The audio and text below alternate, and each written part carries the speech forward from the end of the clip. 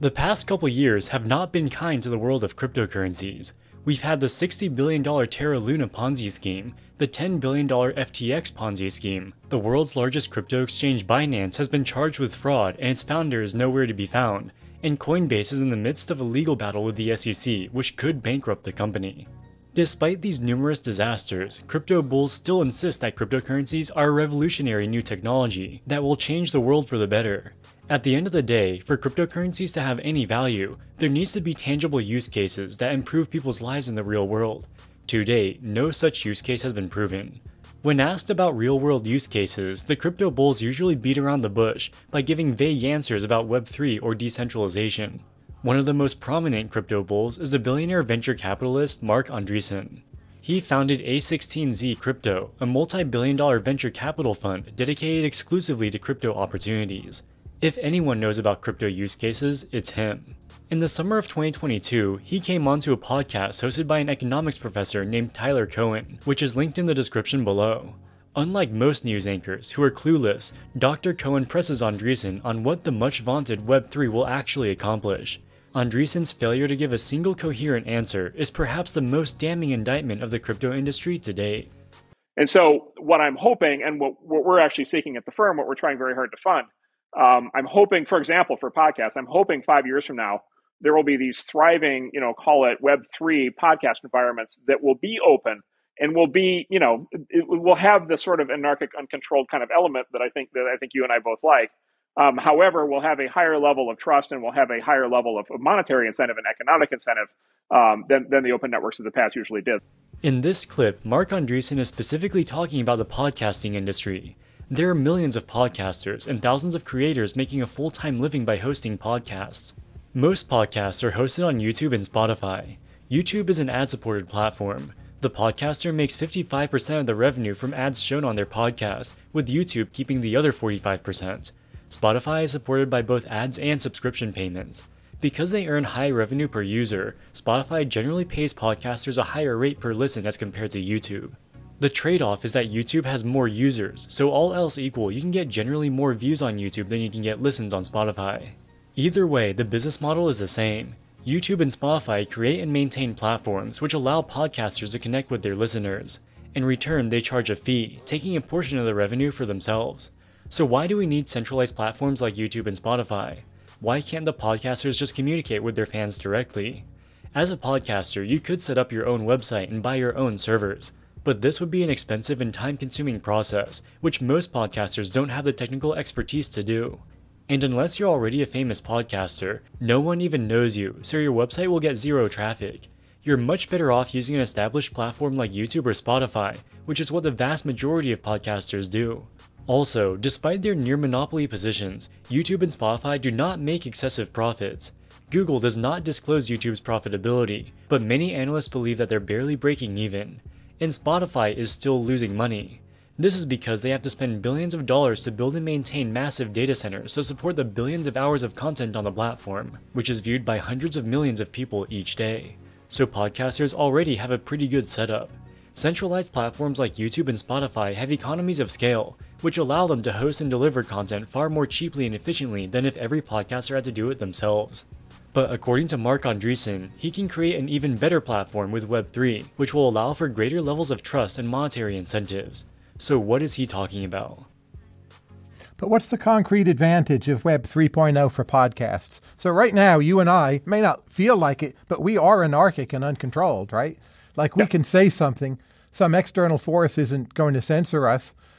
Why is this a better podcast if it's done through Web 3.0? Why can't we just put it out there?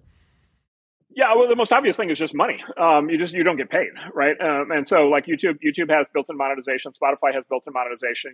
A big way that they're able to sort of entice creators over is by paying them.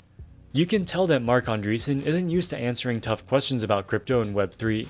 When Dr. Cohen asks him how a Web3 podcast will be better than a traditional podcast, Andreessen says, quote, "The most obvious thing is money. You just don't get paid," unquote.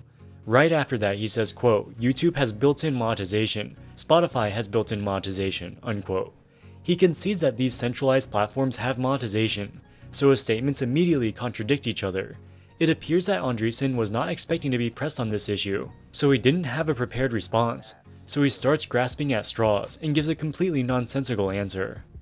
I mean, famously Joe Rogan, they're paying him, they only see the published reports, but a very large amount of money to take his content out of the open ecosystem and put it into a closed ecosystem. And I'm like, and again, like I'm, good for Spotify. Like, I think that's tremendous. It seems to be great for their business.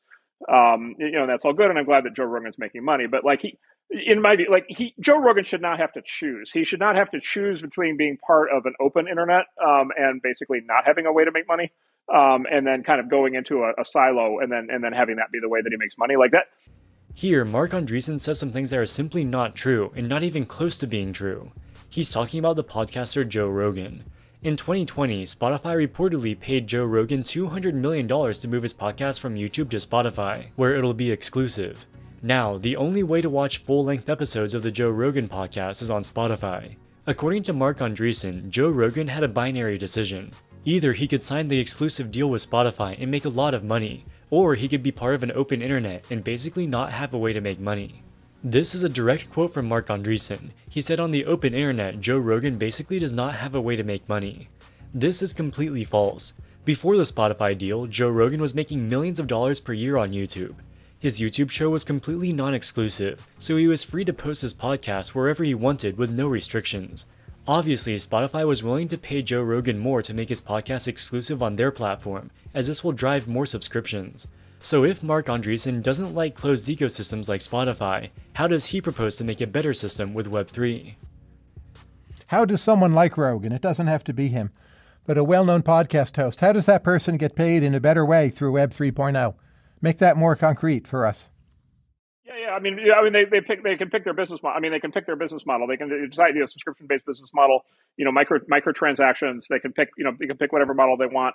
They can also have indirect, there's this whole new rise of this kind of the non-fungible token, kind of this idea of unique digital assets. There's, completely different monetization methods that are opening up for media. It's entirely possible in the future. For example, you'll have entire, forms of media like video games and sporting events and music and so forth that will monetize in completely different ways through the creation of, unique digital property, that gets sold and trades. And so it's injecting economics. It's injecting at a very fundamental level kind of internet native money, internet native economics and incentives. When Dr. Cohen presses him for specifics, Marc Andreessen retreats into vague buzzwords like NFTs or unique digital property. With Web3, a podcaster can choose to monetize through a subscription model or microtransactions. The problem is, these business models already exist and have nothing to do with Web3. YouTube and Twitch already have microtransactions. Platforms like Spotify and Patreon already have subscription models. But more importantly, Marc Andreessen doesn't explain how a Web3 subscription or microtransaction business model would even work. You would still need a centralized platform to maintain the data centers that host the content.